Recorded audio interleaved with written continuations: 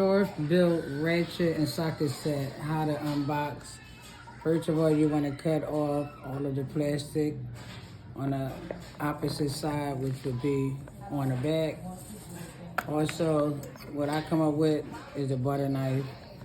So you take the butter knife and you put it in,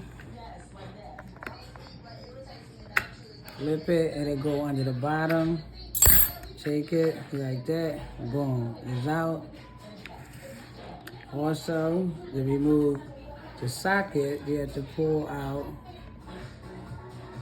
a little plastic strip, push down.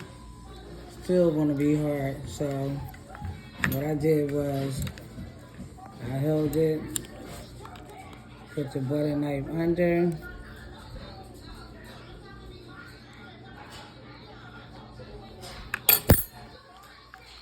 and ran it.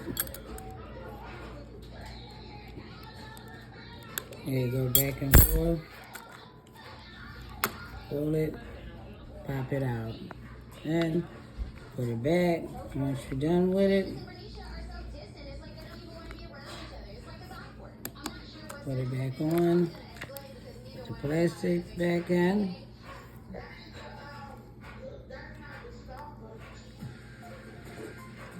Put it back on, back into the holes.